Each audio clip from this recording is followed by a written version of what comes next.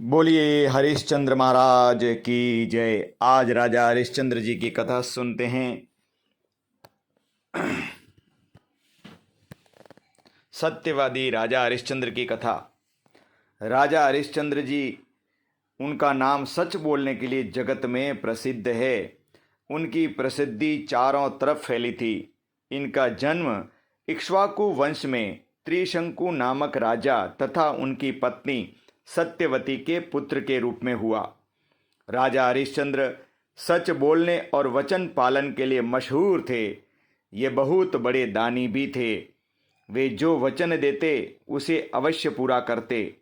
उनके बारे में कहा जाता, चांद और सूरज भले ही अपनी जगह से हट जाएं, पर राजा हरिश्चंद्र अपने वचन से कभी पीछे नहीं हट सकते। सत्यवादी हरिश्चंद्र के विषय में कहा जाता है कि चंद्र टरे सूरज टरे, टरे जगत व्यवहार, पे दृढ़ श्री हरिश्चंद्र को टरे न सत्य विचार। इनकी पत्नी का नाम तारामती था, पुत्र का नाम रोहितास्त्र था। इनके गुरुदेव गुरु वशिष्ठ जी थे। एक बार ऋषि विश्वामित्र ने राजा हरिश्चंद्र की प्रसिद्धि सुनी। वे स्वयं इसकी परीक्षा करना चाहते थे।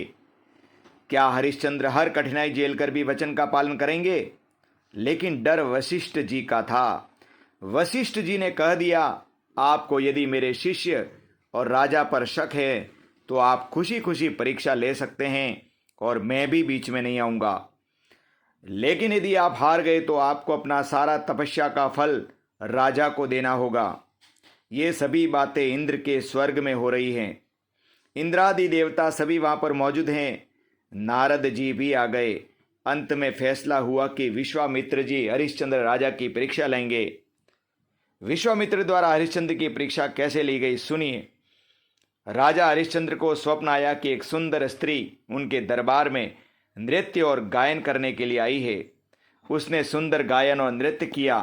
राजा ने उसे उपहार देना चाहा, लेकिन उसने मना कर दिया। और वह देखती है कि यदि आपको कुछ देना है तो मुझे अपनी पत्नी रूप में स्वीकार कीजिए। तभी हरिश्चंद्र ने कहा, देवी, आप कैसी बात करती हैं? मैं शादीशुदा हूँ और ये दान में आपको नहीं दे सकता।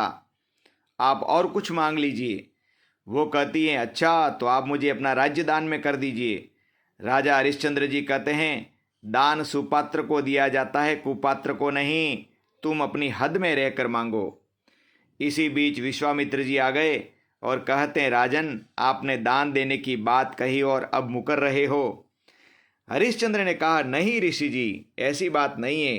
दान तो सुपात्र को ही दिया जाता है ना। फिर विश्वामित्र जी कहते हैं, तो तुम सारा राज्य मुझे दान में दे दो। राजा ने एक क्षण नहीं लगाया और सारा राज्य विश्वामित्र जी को दान में दे दिया। जब इनकी आंख खुली तो देखा कुछ भी नहीं था वहां पर। तुरंत उठ गए और अपनी पत्नी से कहते हैं, तुम रोहिताश्व को लेकर अपने मायके चली जाओ। मैंने सब राज्य स्वप्न में विश्वामित्र जी को दान में दे दिया है। उनकी पत्नी कहती है, लेकिन आपने स्वप्न में दान दिया है। राजा कहते हैं, दान तो दान होता है, चाहे स्वप्न में दे या हकीकत में। और ये जगत भी एक स्वप्न की तरह ही तो है।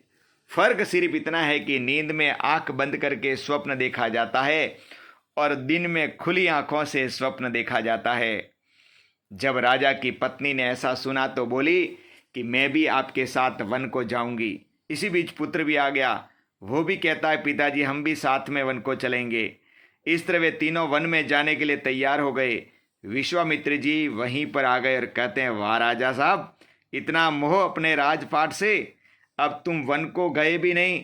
जल्दी जाओ और ये सारे वस्त्र आभूषण उतार के जाना। राजा ने सब वस्त्र आभूषण उतार के साधारण वस्त्र आभूषण धारण कर लिए और वन को जाने लगे।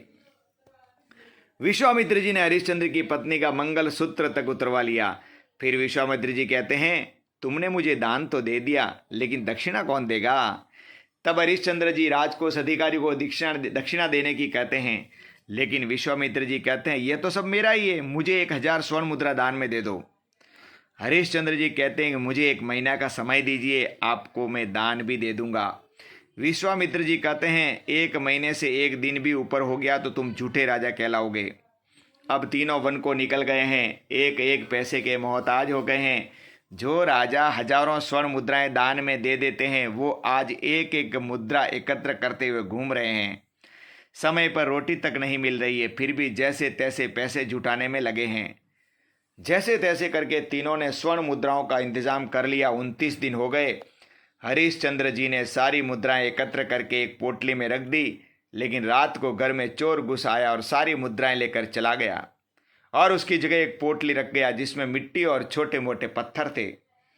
अगले दिन जब सुबह विश्वामित्र जी आए और उन्होंने दक्षिणा मांगी तो हरिश्चंद्र जी ने पोटली लेकर ऋषि के हाथ पर रख दी, लेकिन देखते हैं कि उसमें तो मुद्राएं हैं ही नहीं, केवल पत्थर और मिट्टी है।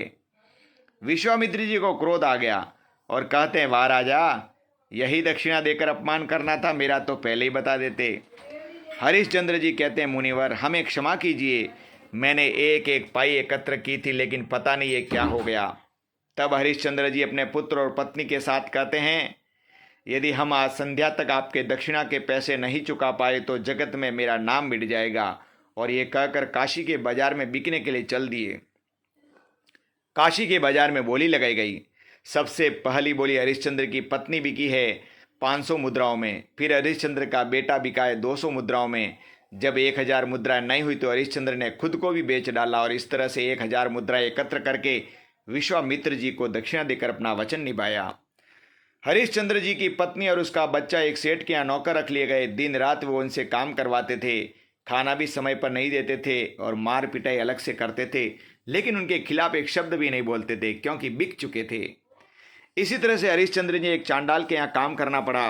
राजा होकर भी हरिश्चंद्र ने एक डोम के यहाँ काम करना स्वीकार किया।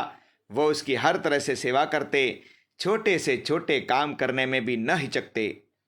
हरिश्चंद्र का कार्य शवों के वस्त्र आदि एकत्र करना था। उसे शमशान भूमि में ही रहना पड़ता था। शमशान घाट की रखवाली करते थे और बिना शुल्क दिए शव को जलाने नहीं देते थे।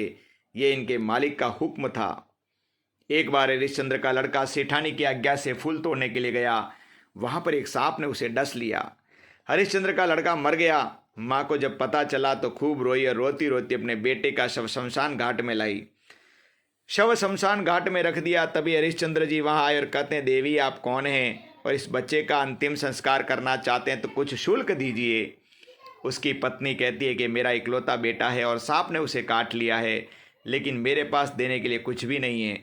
हरिश्चंद्र को पता चला कि ये मेरी पत्नी है और आज मेरा वही बेटा मर गया है। लेकिन हरिश्चंद्र जी कहते हैं, देवी बिना शुल्क दिए मैं आपके बेटे को अग्नि नहीं देने दूंगा। तब हरिश्चंद्र की पत्नी अपनी साड़ी फाड़कर शुल्क के रूप में देती है। उसी समय काशी नरेश अपने सैनिकों के साथ वहां पर आ जाते हैं और कहते हैं कि स्त्री को पकड़ लो, यही बच्चों की हत्या करती है। इतना कहकर हरिश्चंद्र की पत्नी को मृत्यु दंड दे दिया जाता है। हरिश्चंद्र को बुलाते हैं और कहते हैं कि स्त्री की हत्या कर दो क्योंकि निर्दोष बालकों को मारती है। हरिश्चंद्र जी इसे विधि का विधान समझ लेते हैं और अपनी पत्नी की हत्या करने लगते हैं। उसी समय भगवान नारायण, लक्ष्मी, नारद और विश्वामित्र जी प्रकट हो जाते हैं। हरिश्चंद्र का पुत्र रोहिताश्व भी जीवित होकर वहां आ जाता है। भगवान विष्णु कहते हैं, हरिश्चंद्र तुम्हारी जय हो, तुमने सत्य के लिए सब कुछ त्याग दिया। धर्म और कर्तव्य भी तुम्हें सच के मार्ग पर चलने से रोक नहीं पाए। रोहिताश्व भी जीवित होकर वहां आ जाता है। फिर विश्वामित्र जी ने कहा कि ये सब परीक्षा मैंने ही ली और आज मैं तुम्हें अपनी 60,000 वर्षों की तपस्या का फल प्रदान करता हूँ। और जब तक सूरज चांद रहेगा तब तक हरिश्चंद्र जी तुम्हारा नाम रहेगा। जब जब सच की बात चलेगी तुम्हारा नाम सबसे ऊपर आएगा। तो सत्यमेव जयते, सत्य की हमेशा विजय होती है। बोलिए हरिश्चंद्र महाराज की जय।